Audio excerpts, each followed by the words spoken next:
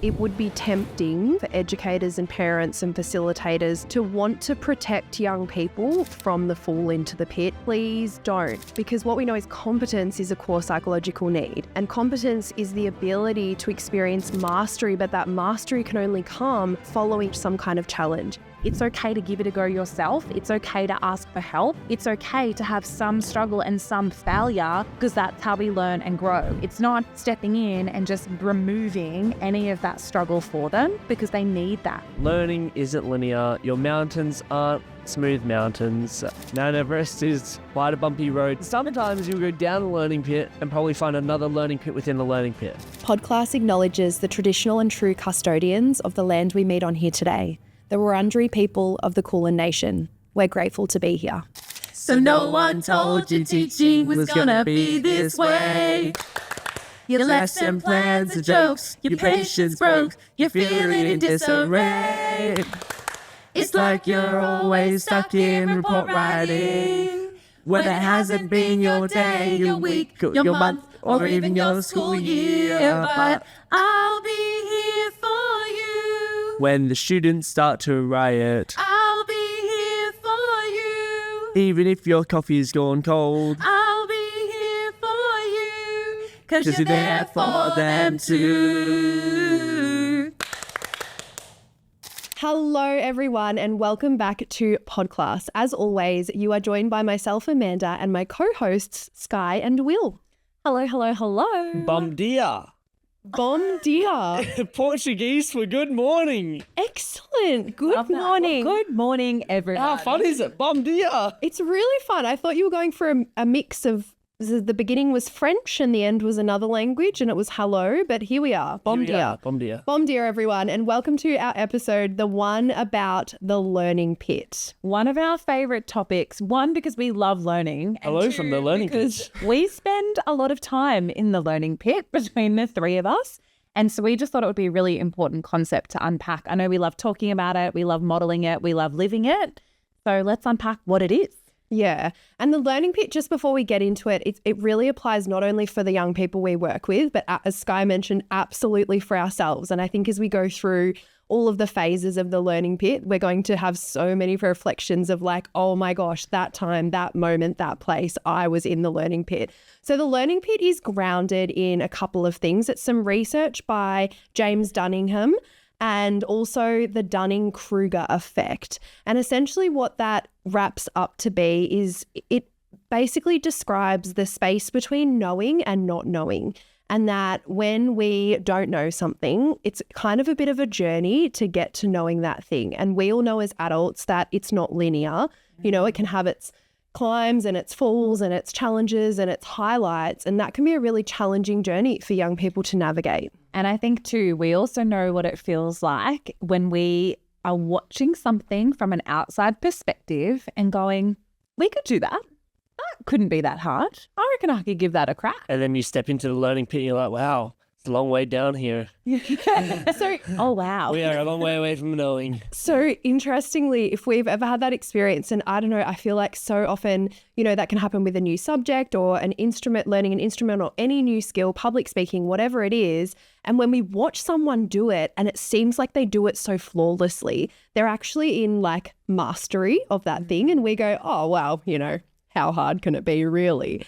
And we leap and we decide to leap into it and we take that leap. And we find ourselves landing sometimes quite suddenly in the learning pit. Interestingly, that place that we've been in where we're kind of like, oh, how hard can it be? I can do that. That looks simple. You know, it's not going to be that hard. It's defined in the effect as the peak of ignorance. So it's kind of Such a great label. yeah. So it's like, because we don't know what we don't know. And so when we see a new skill or when we see a new something play out, it's so simple to go, oh, well, how hard can it be? And we can't know what we don't know before we've dived in. And so there's really not many other ways to label that moment except for a bit of ignorance. And I think we've all been there. I mean, I know Sky and I, we were talking off air about having that moment kind of finishing our degree, our teaching degree. Oh man, this is such a big one. So I remember like you go to uni, like anything, right, that you study, you suddenly feel like, well, I'm an expert in this, or I've spent all of this time learning and I'm so ready to put all these things into practice. I remember getting my first ever teaching job, and it was my first week of teaching. And in that week, I had students walk out of the classroom. I had a kid throw a chair out of a window. I had like all of these things happen, and I was standing. Everyone's probably listening, like, not Miss Hughes. We've learned so much about you and how engaged you should be. But I remember just being there, and I had that exact experience of being like completely on the peak of ignorance, coming in, and I'd spent so much time like making my classroom environment really gorgeous and taking time to learn my students' names prior to meeting them. And I did all of these things, and I was still completely at the peak of ignorance when it came to my actual teaching practice. And I think we know that confidence, like most often a teaching degree is a 4-year experience, and it's, you know, it's pretty intensive, and there's placement, and we get to the end of that 4 years and we've got our degree, and the confidence is like, I am ready. You know, I know my Piaget, I know my Vygotsky, I know my Stradivari. I'm just sitting here like, what? Here I go. Someone say John Hattie. And you walk through those school gates, and it really does hit you so fast, and you're plunged into this place of like, okay, I have some knowledge, but there's actually so much knowledge I don't have. And I think the challenge is that once we find ourselves in the learning pit, there's a lot of emotions that can come along with being in that space. And it's often the thing that can then stop us from moving forward and stop us from growing. Because when we land in the learning pit, like I know for me, like I actually felt really embarrassed. I was like, and I was really fearful of asking for help, because I was like, I'm going to look incompetent. I'm going to look like I don't know what I'm doing. I'm meant to be a qualified, you know, quote unquote, qualified teacher, and yet I'm completely embarrassed about what's taking place in my classroom. And so I think we're going to be unpacking this from a number of lenses. First of all, strategies for our students, but whatever field we're in, we've all had these moments undoubtedly, and they can prevent us from seeking help, and they can prevent us from taking action. And that's really what we'd like to change with this episode, because we need help and we need action to be able to move through it, and moving through it and further educating ourselves and further backing ourselves is how we provide more value. I mean, one more example of the learning pit. Will, I feel like, you know, I don't know what you're going to say, me trying golf the other day. Well, I just, you know, you were about 15 years old when you decided, oh, I'm going to start a national conference tour around Australia. That's a little bit different to my golf hobby trying, but yes, indeed. And I mean, I imagine like you must have fallen pretty hard and pretty fast into the learning pit, kind of going, oh, this is a great idea. I'm going to start a national tour of the country and run conferences. I don't think it happened until like a year later. Really? Yeah, I reckon I was in that ignorance for so long, and then like things were driven out of ego that it didn't happen until it was like, oh, okay, we have 12 people in the room in Gold Coast. Cool. And it was like, now there is such a far way to go to where we want to go. And that was probably the next year between like from leaving high school or early year 12 through to like the first year out of high school. That was like the biggest first moment of like that learning pit. But I think this is also the difference, right, between people who understand when they are in that learning pit space and then taking action and actually moving forward. And we'll get to what that looks like when we step out of the learning pit in a moment. But that's what you had to do. Because if you were to look at your situation and stay at that peak of ignorance or refuse to learn and move forward from that space, you would still have only 12 people turning up to a conference. The thing that probably shifted between it was like in year 12, I was very lucky to have food on my table and not pay rent. When I leave year 12, all of them things left as well. And it was like, now it's like, I have to step into the learning pit to be able to either survive and thrive and continue to grow and learn or not. And just before we move on to how do we move through the learning pit, I think it's really vulnerable and interesting that you mention ego in that, because ego can keep some people on the peak of ignorance. And I think we all know that person who loves dishing out advice, but do they take their own advice? Like, no. Yeah. And so it's like, it can be like, oh, well, it's just simple. Just do this and then do this and then do this and it'll be all perfect. And ego can sometimes be what prevents people from being willing to take action, step forward, and maybe have that moment where we have a bit of a bump, we have a bit of a fall, we feel some embarrassment, or we feel some shame, or we feel some fear, and we maybe doubt ourselves.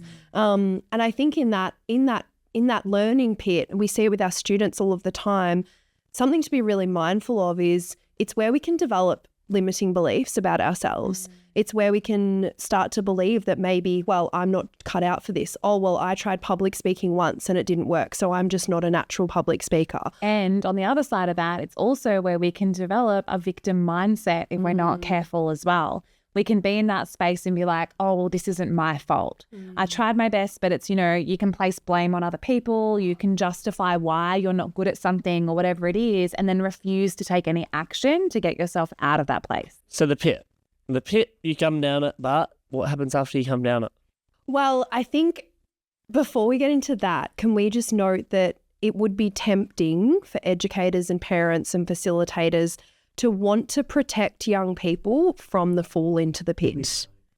Please don't, because what we know is competence is a core psychological need, and competence is the ability to experience mastery, but that mastery can only come following a challenge, some kind of challenge, and that there's a natural ebb and flow. It's non-linear, the learning experience.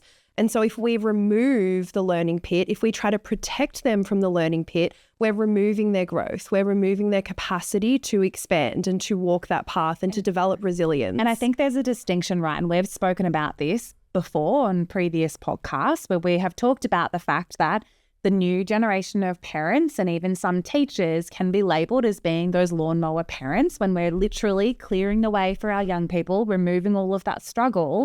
But I think there's a real distinction there that doesn't mean that we are removing safety. It doesn't mean that we are removing any protections or a sense of belonging or connection to us or support. We're just saying it's okay to give it a go yourself. It's okay to ask for help. It's okay to have some struggle and some failure, because that's how we learn and grow. It's not stepping in and just removing any of that struggle for them, because they need that. And in the context of this model, this is a really challenging pill to swallow. But in the context of this model, if we are preventing young people or protecting them from the learning pit, we are keeping them on the peak of ignorance. We are keeping them ignorant because they haven't had the opportunity to get it wrong, to get it right, to give it a go. And that's what we need developmentally. It's essential. And also, how good does it feel? Like, we know as adults, how good does it feel when you don't get something and you give it a go and you give it a go and then suddenly it clicks, or there's just a small little increment in your change and you learn from that. It's like you get that dopamine hit and you're full of endorphins. You're like, this is awesome. And that motivates you to then keep learning and keep pushing through future struggles as well.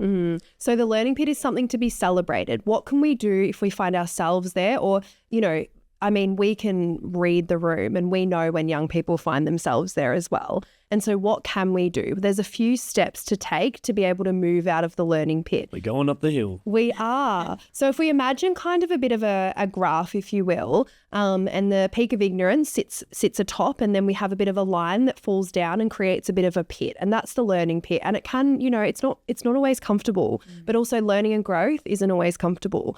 And then from that pit, if we imagine that line kind of steadily climbing, because the other thing we know is even if we fall into the pit, it's not like we do something 2 more times and then suddenly, da-da, mastery. Right? I mean, how great would that be? But that's not how it works. And it's also not how we develop as individuals. So it is a slow, steady climb. When we're in the pit, or when our students are in the pit, the first thing that's important is an element of self-reflection. So we have to become aware of where we're at. It's taking it's like learning, right, as well within that. It's asking for help, and we have to seek some kind of knowledge to help us get out of it. Because if nothing changes in what we know from that point, then we actually can't shift out of the learning pit. Knowledge and action. Knowledge and action and yeah, absolutely. Knowledge and action, because I think we can become self-aware. Okay, so I'm feeling this way. I've gone to my first guitar lesson. I saw someone playing guitar and they just played so beautifully. And so I wanted to learn guitar. And so if you just watch the guitar videos on YouTube. Yeah. And never actually never touch a the guitar. Mm-hmm. You may struggle. Yeah. So we have to become C. So we have to become aware of where we're at. There's self-reflection, metacognition there. We have to, there's some skills acquisition that we have to do. We have to learn, we have to grow, whether that's through, it could be watching a YouTube video, it could be reading a book, it could be asking questions from someone that we trust. And then the final step and the most important step is we must take action. I think we all know someone who gets stuck in the pit, in this cycle of learning knowledge. Preparation. Exactly. And we can kind of, what's that phrase where we get like knowledge overload? Cognitive overload? Yeah, like a cognitive overload or like knowledge paralysis or whatever it is, that kind of thing, where now we know so much that there's so much we've learned that it's too scary to take action. And so then we get stuck there. But the action piece is the only way we can start to climb that slope. And I think once we start climbing, like you've said, like naturally we'll have little dips into smaller kind of learning pits as we continue up the slope of growth. But when we look back and we reflect, we're never as deep in the learning pit as what we were when we started. And I think that provides such encouragement as well to keep moving forward. And I think Wylar is such a great example of that. If you look at like the growth of Wylar from when we had 12 people in a Gold Coast conference room to where we're at now. 1,200 in Brisbane this year. Yeah, 1,200 in Brisbane, but over 10,000 young people attending Wylar events across the country. Like, that's insane. It is pretty bonkers. But even podcasts, right? We just sat in a studio one day and were like, okay, let's record. And we were like, this is important. We actually walked into the studio. The truth of what happened is we had this beautiful studio. A year later, here's the truth. We had this beautiful studio booked in Melbourne, and we walked in and we all looked at each other and we were like, this studio is so professional for how unprepared we are right now. And that video and that audio exists, I'm pretty sure. It does. Just muted the audio. Yeah. It 100% does. But here we are, and it hasn't been, we've had our learning pits, and I'm not saying it's perfect. Absolutely not. And the thing is, we are far from mastery. And the thing is nearly nothing ever is. We know that the learning journey is continuous and forever, and there's a struggle in that and there's a beauty in that. And it has to be celebrated because that's where we are. We're forming those new synapses in our brains. We're building that connection between neurons when we do have those times where we do fail, where we do fall into the learning pit, where we do have something to learn. And this is what we need to be transitioning this language and these concepts into our classrooms, into our learning spaces, so that students aren't fearful of the learning pit. This should be something that they are excited about to be able to step into. To be able to learn and get really good at something. Get better at something. But this is also where we have to stop praising and rewarding only results, right? Because you might have a student that is putting in their best effort and they still fall into the learning pit every time, yet they're getting no affirmation about that because they're not getting the A, or they're not getting in that 90th percentile or whatever it is. And it's like, that doesn't mean they're not doing something awesome and they're not learning. So this is why that praising effort piece and really acknowledging and calling out students as they are on that learning journey is so, so important to their growth. And I think some advice, especially with teenagers and being hyper aware of what other people are thinking of them and not wanting to get it wrong and not wanting to be, I guess, making mistakes in front of peers. If we have observed they're in the learning pit and we've kind of supported them with some self-awareness, some metacognition, we've supported them with some knowledge, and then there is real fear around the action piece because this is most predominant in our teenagers, what we can do is work with them to break it down. So what would be a smaller step we could take? What would be an even smaller step we could take? And break it down until it's simple, and then they can take the first step. And then from the first step, they can take the second step. And so that's really the best way. Once we start the momentum building, it's easier to keep going. And there's also that age-old thing that like young people can't be what they can't see. And so us modeling what it looks like to step into the learning pit ourselves is so important. Like thinking back to being an English teacher, and I'm an English teacher and I still spell words wrong or get things grammatically incorrect, which is probably like that sentence I just said. But it's like, but that is part of it, right? And it's acknowledging that we are all still learning on this process. So when we can model that, we are then providing evidence for our students that it is perfectly okay for them to do the same. I remember yesterday I was delivering a program and I said, okay, and everybody spell the word with me. It was a C. It was, I think, what was it? It was contribute. Contribute. I have no idea how to spell this. I was like, we can all do this together. Come on the learning. Clever. That's good. Oh, very nice. I was like, I have no idea how to spell this, anyone. Help me out, please. So I guess bringing it all together, encouraging our students to step into the learning pit, but also being willing to do that ourselves and modeling that is such a fantastic way to encourage positive learning experiences. And I think if we see someone, whether it be a student or a friend or a colleague, and they're maybe in that peak of ignorance, just to know where they're at. And I know for me personally, I can call them out. You know where you are right now, mate. Just kidding.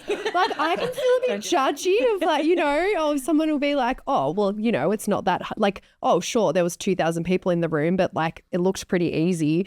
And it's like you have this temptation to be like, it is so not easy. Do you know what I mean? Like there's so many elements and 10 years of training that have gone into doing that. And so it's about not going into judgment, going into curiosity and going, oh, do you know what? If you would love to give it, like I would love to support you to come along or step or like whatever it is, or just without being condescending. No, of course not. Of course not. But, Enjoying. yeah. But to wrap up, just know that learning isn't linear. Your mountains aren't smooth mountains. Mount Everest is quite a bumpy road to get up and down. Mount Everest. And sometimes you'll go down a learning pit and then you'll discover a little bit more and probably find another learning pit within a learning pit. Probably. Yeah. Embrace the journey of learning. We are Podclass. Bye. Bye-bye. I'll be here for you, 'cause you're there for them too. Thanks so much for tuning into Podclass. If you've enjoyed this episode, we would adore it if you could go on to Spotify, Apple Music, wherever you listen to your podcasts, and leave us a review. 5 stars would be lovely. We would love to get this podcast into as many ears as possible so we can help and support as many people as possible who help young people. And if you're not already doing so, please go along to Instagram and follow us at podclass.aus.